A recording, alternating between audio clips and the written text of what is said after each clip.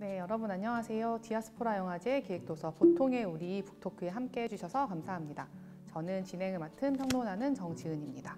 먼저 디아스포라 영화제에 대해서 간단히 소개를 드리고 시작하겠습니다. 네, 디아스포라 영화제는 2013년 시작돼서 지금까지 9년 동안 인천에서 열려왔고요.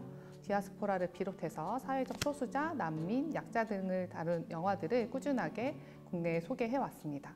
네, 기획도서 보통의 우리는 디아스포라 영화제가 디아스포라를 키워드로 해서 사회적 소수자 문제에 주목해온 젊은 소설가분들에게 단편소설을 받아서 엮은 소설집입니다. 네, 이 책에서 다루는 디아스포라는 본래의 의미인 이산을 넘어서서 굉장히 다양한 결의 디아스포라, 그다음에 소수자, 사회적 약자, 그리고 디아스포라를 관찰하거나 연대하는 사람들의 이야기까지도 함께 담고 있는데요. 디아스포라 영화제는 삶에서, 일상에서 부딪히는 이런 소수자나 이주자의 문제를 좀 더 일상적으로 바라볼 수 있게 하기 위해서 이번 기획도서를 소설집으로 출판하게 되었습니다. 네, 그러면 황모가 작가님을 자리에 모셔보도록 하겠습니다. 네. 안녕하세요. 안녕하세요. 네, 황모가 작가님 오셨는데요. 작가님에 대해서 제가 짧게 먼저 소개를 드리도록 하겠습니다. 네. 황모가 작가님은 한국과학소설작가연대 회원이시고요. 2019년 제4회 한국과학문학상 단편 부문의 대상 수상작 모멘트 아케이드로 데뷔를 하셨습니다. 단편집으로는 밤의 얼굴들이 있고요. 연고 늦게라도 만납시다 라는 소설로 2021년에 SF 어워드를 수상을 하셨습니다. 작가님 안녕하세요. 안녕하세요. 네, 오늘 보통의 우리 북토크에 참여해 주셔서 감사합니다. 불러주셔서 감사합니다. 네, 이 영상을 보고 계실 독자 여러분들에게 인사 한마디 해주십시오. 네. 안녕하세요. SF 작가 황모가라고 합니다. 작년에 데뷔해서 지금 2년차 신인 작가이고요. 왕성하게 활동하고 있습니다. 그럼 본격적으로 질문을 좀 드려볼 텐데요. 작가님에게 디아스포라라는 거는 어떤 의미인지 궁금하고요. 혹시 이제 일본에 좀 거주하셨다고 들었는데 네. 본인이 디아스포라라고 느껴보신 적이 있으신지 궁금합니다. 네. 2006년부터 일본에 이주해서 살고 있고요. 사회생활을 시작한 지 20살 때부터 이렇게 계산을 해보니까 제가 한국에서 머물렀던 시간보다 일본에서 머문 시간이 더 오래됐거든요. 그래서 스스로 이주노동자라는 정체성을 굉장히 크게 가지고 있고요. 디아스포라라는 말이 함의하는 의미가 굉장히 넓다는 생각이 들어요. 예를 들면 일본에서 뵀던 뭐 제1조선인들이나 아니면 난민이나 그 굉장히 다른 여러 층의 예를 들면 대하고 있는 문제나 뭐 가지고 계신 고통의 크기 같은 게 너무 달라서 감히 이렇게 동등하게 놓기는 조금 힘들다는 생각은 들었고요. 그리고 이를테면 이제 일본에서 일하는 이제 한국인 동료들끼리 스스로를 조금 자조하면서 외국인 노동자 우리는 네. 이런 식의 표현을 하는데 실은 그 표현도 굉장히 주저하게 됐었어요. 왜냐하면 우리가 한국에서 외국인 노동자라고 했을 때 사실 백인 영어 교사는 원어민 교사라고 부르지 외국인 노동자라고 부르지 않거든요. 그런 류의 어떤 선들이 있는데 우리가 스스로를 자조하면서 외국인 노동자라고 얘기하는 거가 조금 걸리더라고요. 그래서 여러 면에 조금 다층적인 의미가 있다고 생각하는데요. 그럼에도 저는 이주해서 살고 있고 그래서 네, 디아스포라라는 용어가 그렇게 다른 사람의 이야기가 아니고 제 이야기로 받아들일 수 있었습니다. 네, 그러면 처음에 그 지필 의뢰가 갔을 때 수락을 하셨던 이유 중에 하나이실 것 같기도 한데 혹시 주제를 이번에 선택을 하시면서 어떤 생각을 좀 많이 하셨는지 궁금하고, 그다음에 혹시 영향을 받거나 좀 하셨던 사회적 이슈라던가 사건이 있으신지도 좀 궁금합니다.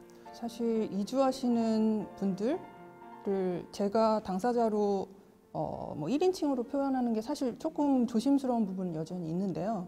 네, 그럼에도 조금 정서적으로 겹치는 부분이 있어서 정확하게 그분들의 입장을 대변할 수는 없겠지만 내가 겪었던 이주자로서의 정서 같은 것과 조금 닿는 면이 있으면 그려보고 싶다는 생각을 평소에도 했었고요. 아프간 특별 기여자라는 이름으로 난민 가족들이 한국에 입국하셨는데 그 장면을 조금 유심히 봤고요. 약간 이미지를 조금 차용하긴 했는데요. 그린레터 안에도 그 부르카를 쓰고 있는 여성이 나오고, 그리고 부르카를 쓰지 않았다는 이유로 길에서 폭행당하는 여성에 대한 묘사가 있거든요.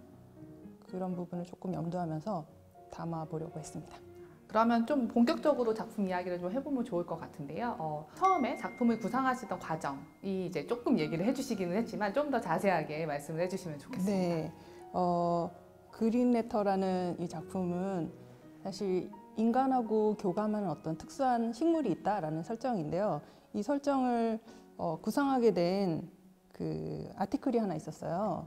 그게 이제 중국의 징포족이 그 연인들끼리 서로 편지 대신 사랑을 고백하는 편지를 나뭇잎으로 준다는 아주 짧은 네. 아티클이었거든요. 저의 상상력을 좀 자극을 해서 어떤 식으로 이 나뭇잎을 줄까 고민을 했었는데, 뭐 예를 들면 하트 모양처럼 이렇게 예쁜 나뭇잎을 이렇게 줄 수도 있잖아요. 나뭇잎 뒷면에 인맥이 되게 복잡한데 그걸 이렇게 선들을 이으면 어떤 뭐 한자로 사랑 애자 같은 게 뜬다든지 그런 걸 찾아서 이렇게 연인들이 선물하는 그런 문화가 있으면 재밌겠다 하는 생각을 하면서 그때부터 막 상상력이 이렇게 이어지게 됐는데요. 식물과 교감하는 인간이 있다. 그리고 그 식물이 단순하게 뭐 어떤 식의 문자 하나를 그려내는 것이 아니라 인간의 어떤 메시지를 특수한 방식으로 자세히 보관하고 있다. 예를 들면 음성을 그대로 녹음하는 것처럼 그렇다면 어떨까 하는 상상을 하면서 SF적인 세계관을 하나 만들었고요. 그 위에서 굉장히 여러 이야기들이 나올 수 있을 것 같아서 드라마를 생각하다가 디아스포라라는 테마를 받았기 때문에 만나지 못하고 헤어진 이산한 어떤 커플의 이야기를 쓸 수 있게 됐습니다. 제목이 사실은 그린레터라는 제목이잖아요. 그래서 이번에 저는 처음 알았는데 미국 비자 신청할 때 이제 뭐 서류가 미비됐다는 이유 등으로 이제 발급이 거절됐다는 거를 통지하는 문서를 그린레터라고 부른다는 걸 처음 알았어요, 사실은. 저 작가님도 이제 중의적인 의미로 제목에 사용하셨다고 말씀을 하시기는 했는데 어쨌든 타이에 의해서 강제로 헤어질 수밖에 없었던 연인이 서로에게 보내는 편지. 요걸 이제 그린레터라고 이제 ip사기 편지인 그린레터라고 지으셨는데 제목이 굉장히 좀 잘 어울린다는 생각이 들었어요. 그래서 혹시 이제 지금 작품 구상 얘기를 해주셨는데 제목이 먼저 좀 떠오르신 걸까요? 아니면 뭔가 내용이 먼저 좀 나온 다음에 제목이 붙은 걸까요?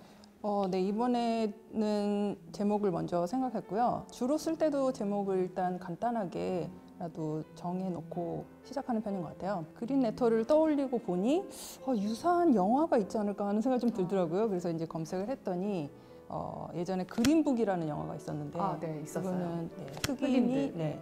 갈 수 없는 곳을 만들어 놓은 책 맞아요. 안내서 그린북이 있었고 그린카드 자체가 미국 영주권을 의미하기도 하거든요. 그래서 뭔가 영화가 있을 것 같은데 하면서 검색을 하다 보니 그린레터를 미국 영주권을 신청했는데 거절당했다 하는 블로그들에서 굉장히 많이 발견을 하게 돼서 이거는 찰떡이다 싶어서 차용하게 됐습니다. 네, 굉장히 여러 가지 의미로 적절한 제목이었던 것 같습니다. 네.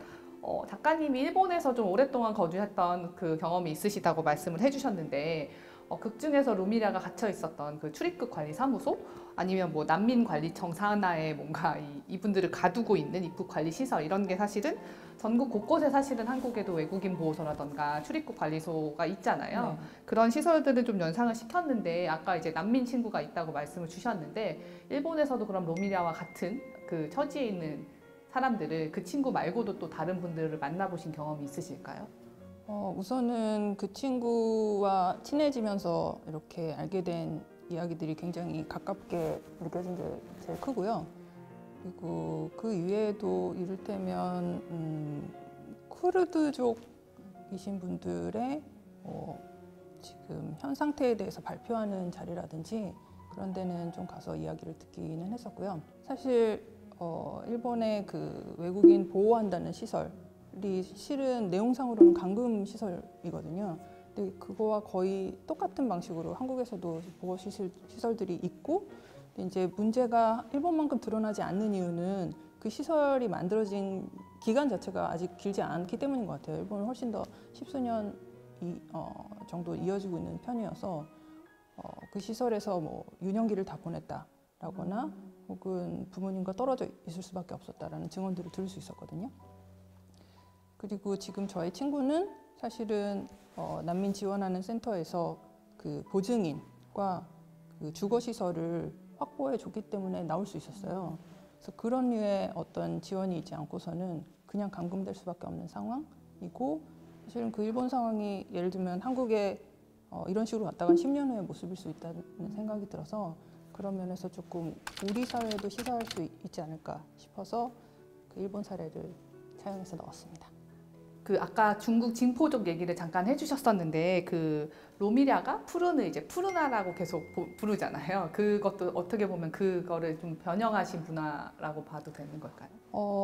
사실 중국에서 그 애칭을 부를 때는 아 붙인다고 들었거든요. 네네. 그래서 제 인물 이름이 푸른인데 아 푸른 이렇게 불릴 것 같아요.